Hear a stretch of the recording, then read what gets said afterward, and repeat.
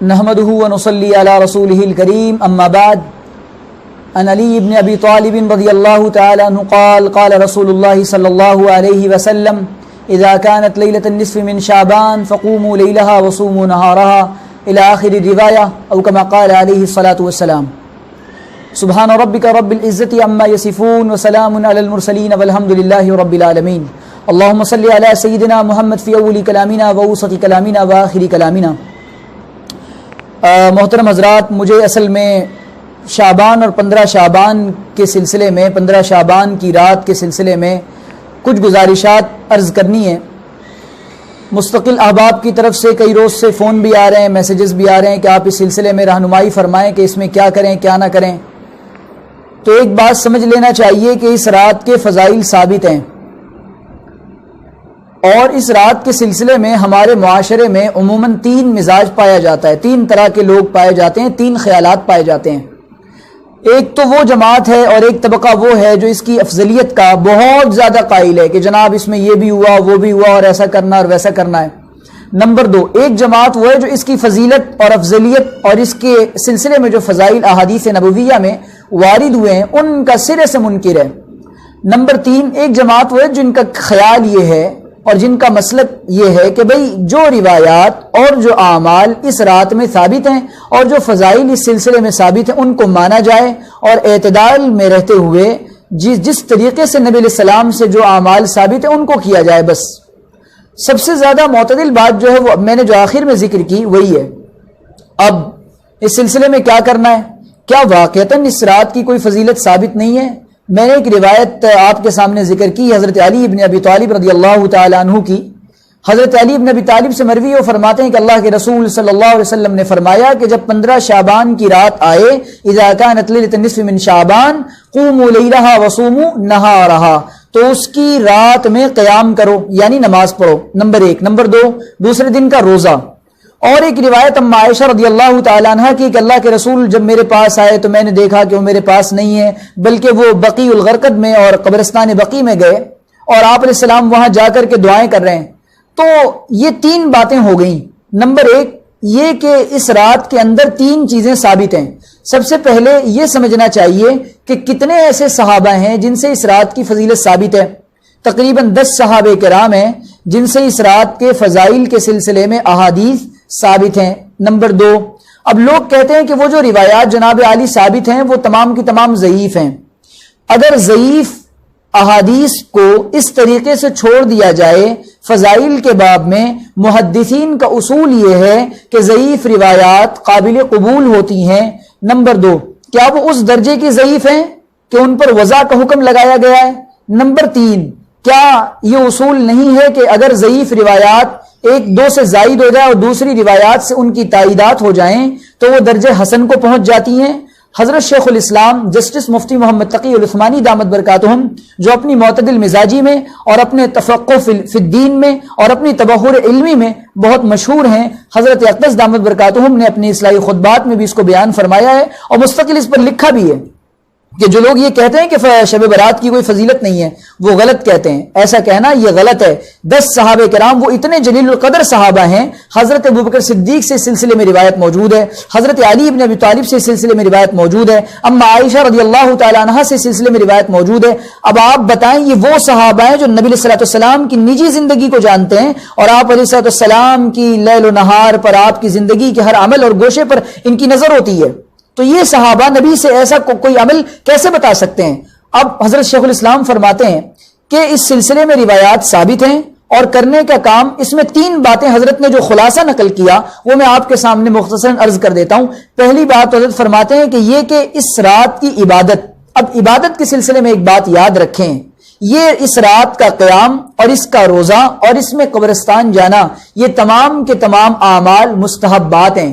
مستحب کہتے ہیں کہ جس چیز کو اگر آپ کریں تو ثواب ملے گا اور ترک پر کوئی گناہ نہیں ملے گا۔ تو وہ جماعت جو اس کی فضیلت اور افضلیت اور افادیت کی بہت زیادہ قائل ہے کہ جناب عالی اس کو واجب کا درجہ دے دیا گیا، یہ بات غلط ہے۔ اگر کوئی آدمی، ہمارا اس سلسلے میں مزاج یہ ہونا چاہیے، اگر کوئی آدمی اس رات میں عبادت کرتا ہے ان تمام فضائل اور احادیث کی بنیاد پر تو اس کو انشاءاللہ ثواب ملے گا، اور اگر کوئی عبادت نہیں کرتا تو عبادت کرنے والے حضرات ان تمام لوگوں کو حقارت کی نگاہ سے نہیں دیکھ سکتے، ملعون اور مطعون نہیں کر سکتے۔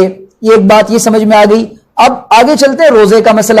روزہ رکھنا مستحب ہے، لیکن چونکہ یہ 15 تاریخ کا روزہ ہوتا ہے تو 13، 14، 15 ایام 20 کے روزے، چاند کی تاریخ کے روزے نبی علیہ الصلوۃ والسلام کا مستقل معمول تھا۔ اگر کوئی چاہتا ہے کہ اس روزے کو سنت سے ملا لے تو وہ اس کو چاہیے کہ وہ پھر تینوں روزے رکھ لے، تو انشاءاللہ زیادہ ثواب مل جائے گا اور سنت پر عمل بھی ہو جائے گا۔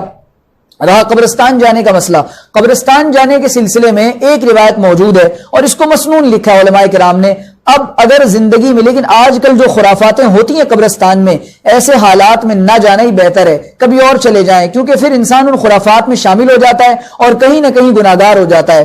اب حضرت شیخ الاسلام کے والد ماجد مفسر قرآن مفتی اعظم حضرت مفتی محمد رفیع عثمانی، حضرت اقدس مفتی محمد شفیع عثمانی صاحب صاحب معارف القرآن، وہ فرماتے ہیں کہ زندگی میں نبی کا عمل ایک مرتبہ ثابت ہے، اگر کوئی ایک مرتبہ بھی چلا گیا تو نبی کی اس عمل کا ثواب اس کو مل جائے گا۔ ایک بات یہ بھی کلیئر ہو گئی۔ اب مسئلہ کیا ہے؟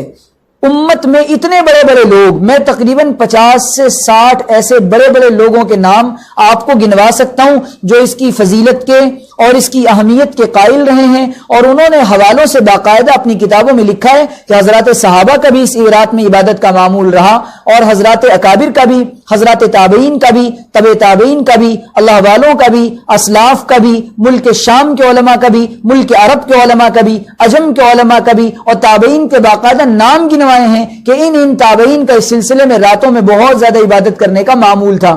اب ایک مسئلہ اور سمجھ لیں، کیا اس رات میں عبادت کا کوئی خاص طریقہ مقرر ہے؟ جی نہیں، اس رات میں عبادت کا کوئی طریقہ مقرر نہیں ہے۔ آپ کو اجتماعی طور پہ، نمبر 2، آپ رات میں جاگنا ہے تو جو کریں چاہیں وہ کریں، چاہیں سے مراد یہ کہ نفل پڑھ لیں، ذکر کر لیں، تلاوت کر لیں اور قرآن کریم کی تلاوت کر لیں، دعائیں کر لیں اللہ تعالیٰ سے۔ حدیث میں آتا ہے کہ جب یہ رات آتی ہے، ینزل اللہ الی سماء الدنیا، اللہ تعالیٰ آسمان دنیا کی طرف آ کر کہتے ہیں کوئی ہے مجھ سے روزی کا طلبگار جس کو میں دوں، کوئی مغفرت مانگنے والا ہے جس کی میں مغفرت کروں، یا کوئی کسی پریشانی مبتلا جس کو میں دور کروں، یا کوئی اس الا کذا و الا کذا، یہاں تک کہ وہ اعلان فجر تک ہوتا رہتا ہے۔ اور اس سلسلے میں میرے پاس دلائل بہت زیادہ ہیں، دلائل کے بیان کرنے کا موقع نہیں ہے، میں نے مختصراً اپنی بات عرض کر دی ہے، لہٰذا اس میں چند باتیں بہت توجہ سے سمجھ لیں۔ کچھ لوگ کہہ رہے ہیں کہ فلانے حضرت نے یہ کہا ہے کہ یہ بدعت ہے اور اس کا روزہ بدعت ہے اور اس کی فضیلت ثابت نہیں ہے، ان سے بہت بڑے لوگوں نے اس سلسلے میں بہت معتدل بات کہی ہے، اس کو اپنانا چاہیے۔ ایک بات، ان کا احترام اپنی جگہ، وہ ہمارے سر کے تاج بھی ہیں، ہماری آنکھوں کا سرور بھی ہیں، لیکن اس سلسلے میں لیکن ہے وہ یہ کہ آپ دیکھیں کہ جمہور کا اس سلسلے میں کیا کہنا ہے۔ آپ جب بڑوں کی کتابیں اٹھا کر دیکھیں گے اور بڑوں کا مسئلہ کس سلسلے میں دیکھیں گے تو آپ کو صاف نظر آئے گا کہ جمہور کا مسئلہ کس سلسلے میں یہ ہے کہ اس کی فضیلت ثابت ہے، لیکن عبادت کا کوئی خاص طریقہ مقرر نہیں، اور روزہ اس کا مستحب ہے، رکھ لیں تو ثواب ورنہ کوئی بات نہیں۔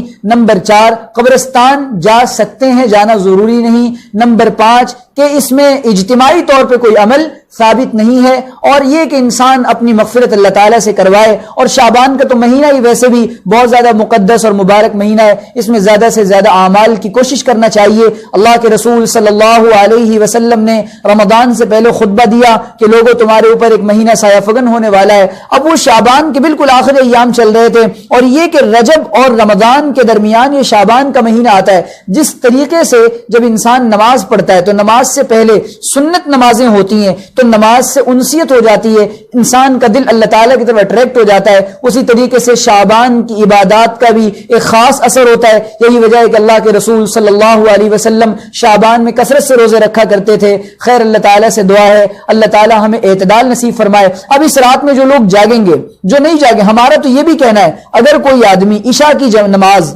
باجماعت پڑھ کر سو جائے اور فجر کی نماز باجماعت پڑھ لے، اس کو پوری رات جاگنے والے کا ثواب ملے گا اور عبادت کرنے والے کا ثواب ملے گا۔ تو اب یہ باتیں ہماری سمجھ میں آ گئی. اللہ تعالیٰ سے دعا ہے کہ اللہ تعالیٰ سمجھنے کی، عمل کرنے کی توفیق عطا فرمائے. السلام علیکم ورحمۃ اللہ وبرکاتہ.